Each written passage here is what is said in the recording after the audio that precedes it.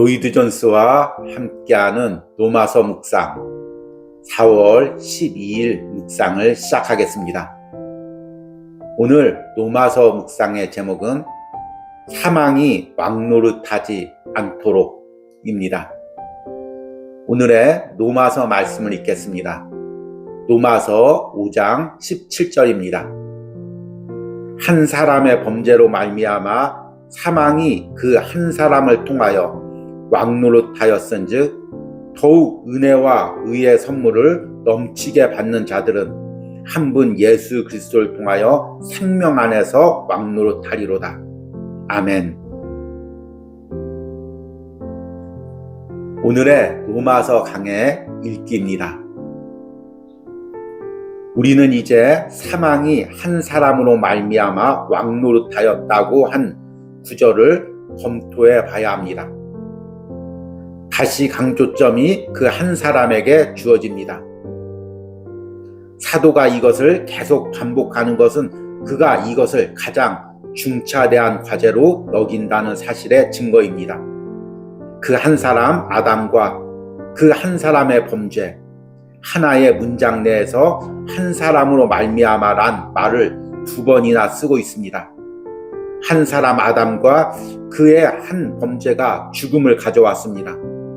그러나 사도가 이것을 가장 유별한 구절, 한 사람의 범죄로 인하여 사망이 왕노릇하였다는 구절에서 표현하고 있다는 것을 주시하십시오.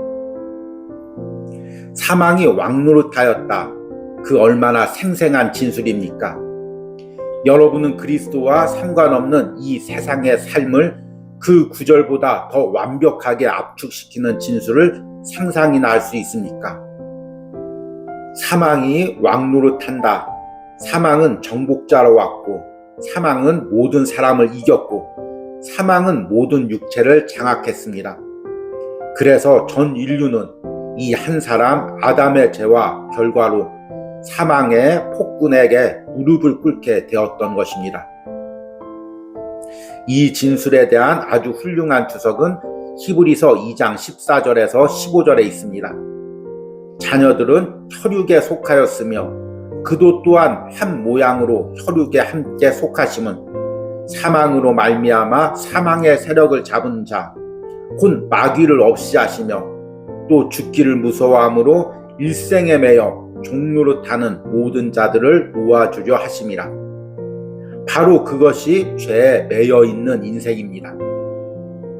모든 자들이 일생에 매여 종노릇합니다.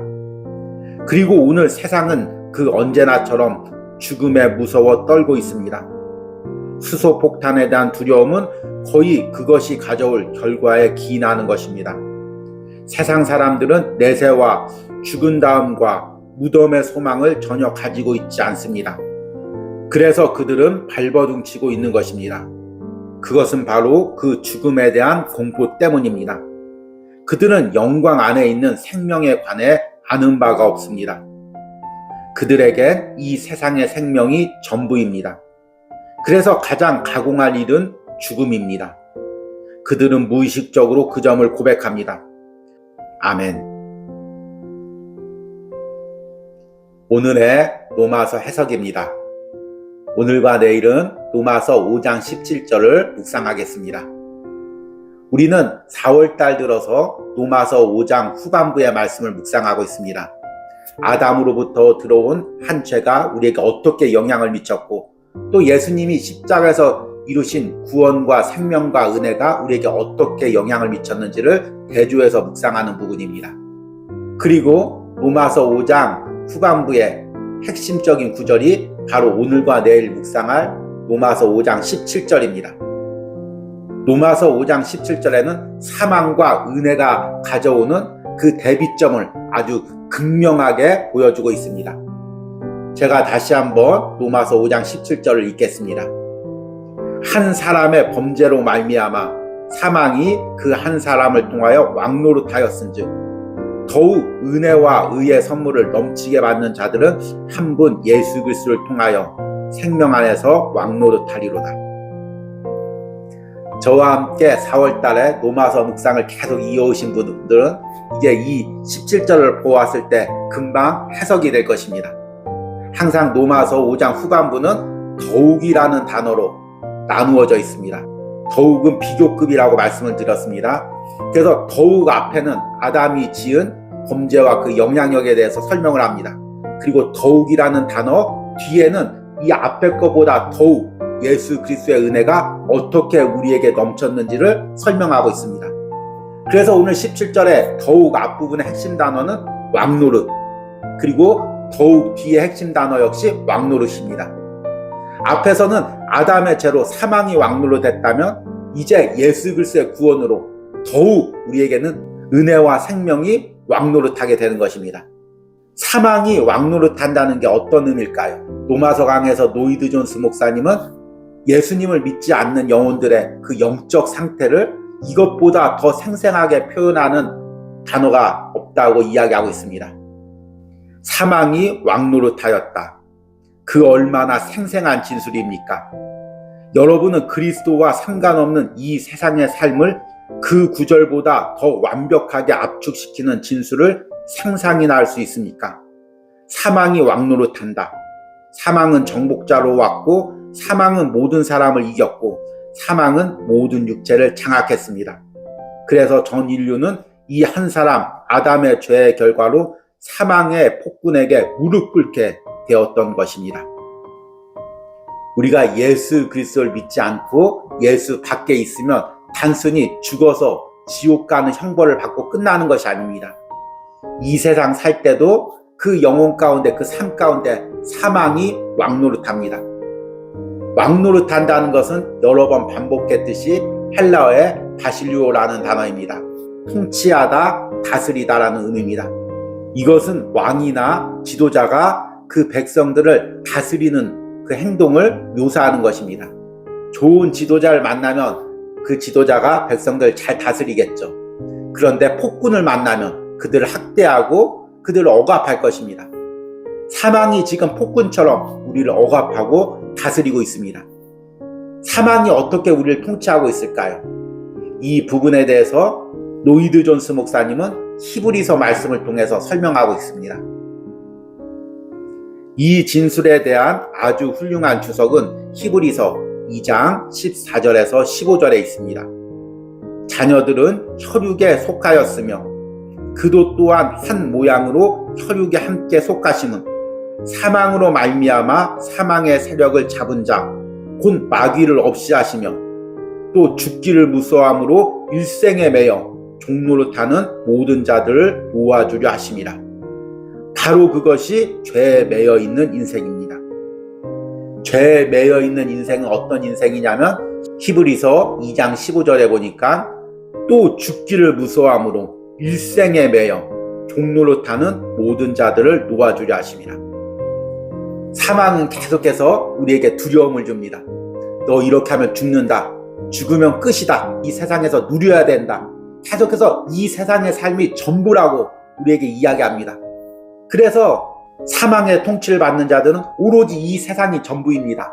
어떻게든지 이 세상에서 누려야 되고 이 세상에서 행복을 찾아야 됩니다. 그리고 죽는 것이 두렵습니다. 죽음 이유가 두렵습니다. 그러기 때문에 가난해지는 거, 병드는 거, 나이 드는 거, 세상에서 지위가 낮아지는 거, 사람들에게 무시받는 거, 이것이 가장 큰 공포입니다. 이런 상태에 놓이지 않으려고 발버둥을 칩니다. 설사 잠깐 교회에 왔다가도 교회에 다니면서 갑자기 물질이 어려워지고 사람들에게 핍박을 받으면 쉽게 교회를 떠나갑니다. 왜냐하면 이들에게는 세상이 전부이고 이 세상의 삶이 전부이기 때문입니다. 따라서 사망이 왕노릇하는 사람은 세상의 가치관에 세상의 생각에 사로잡혀 사는 사람들입니다. 안타까운 것은 현대 많은 그리스도인도 아직도 그 사망의 통치에서 완전한 자유를 누리지 못하고 있다는 것입니다. 노이드 존스 목사님이 로마서 강해를 설교한 시대는 1950년과 1960년대입니다. 그 당시는 미국과 소련을 중심으로 냉전 체제가 있었습니다. 서로 핵무기를 개발하고 특히 수소 폭탄이 개발되면서 온 인류가 멸망당할 거라는 끔찍한 공포에 쌓여 있었습니다. 이런 시대적 배경 때문에 오늘 로마서 강해에서도 수소폭탄이란 단어가 계속해서 등장합니다. 모든 자들이 일생에 매여 종노릇합니다. 그리고 오늘 세상은 그 언제나처럼 죽음에 무서워 떨고 있습니다. 수소폭탄에 대한 두려움은 거의 그것이 가져올 결과에 기인하는 것입니다. 세상 사람들은 내세와 죽은 다음과 무덤의 소망을 전혀 가지고 있지 않습니다. 그래서 그들은 발버둥치고 있는 것입니다. 그것은 바로 그 죽음에 대한 공포 때문입니다. 그들은 영광 안에 있는 생명에 관해 아는 바가 없습니다. 그들에겐 이 세상의 생명이 전부입니다. 그래서 가장 가공할 일은 죽음입니다. 그들은 무의식적으로 그 점을 고백합니다. 사망의 통치를 받는 사람들의 가장 큰 특징은 무엇입니까? 이 세상이 전부이고, 그래서 이 세상에서 누리는 것이 전부이고, 죽음이 두렵고 죽은 이후의 심판을 두려워합니다. 반면에 은혜의 통치를 받는 사람들은 이 세상의 삶이 전부가 아님을 분명히 알고 있는 사람입니다. 이 세상의 삶 끝에 심판이 있고, 그 심판 가운데 오직 예수 그리스도를 믿음으로써 의롭다 하심을 받는 자들만이 하나님과 영원한 생명을 누릴 것을 알고 있는 사람들입니다. 그리고 그렇게 알고 믿는 대로 오늘 하루도 하늘 소망을 바라보며 믿음으로 하루하루 살아가고 있는 사람이 바로 은혜의 통치를 받고 있는 사람들입니다. 여러분, 오늘 로마서 5장 17절 말씀을 통해 내 영혼을 돌아보시기 바랍니다. 지금 내 영혼이, 내 생각이 세상적 가치관에 사로잡혀 있습니까? 아니면 천국 소망과 성경의 가치관, 복음의 가치관으로 살아가고 있습니까?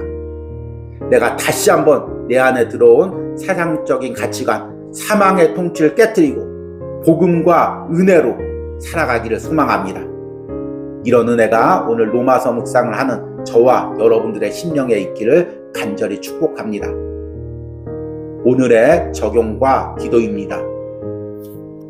지금 내가 세상적 가치관과 물질적 생각에 지배당하고 있는 부분은 무엇입니까? 내 안에서 사망이 아닌 예수 그리스도의 생명이 통치하게 해달라는 기도를 드리시기 바랍니다. 우리 함께 기도하겠습니다. 한 사람의 범죄로 말미암아 사망이 그 한 사람을 통하여 왕노릇하였은즉 더욱 은혜와 의의 선물을 넘치게 받는 자들은 한 분 예수 그리스도를 통하여 생명 안에서 왕노릇하리라.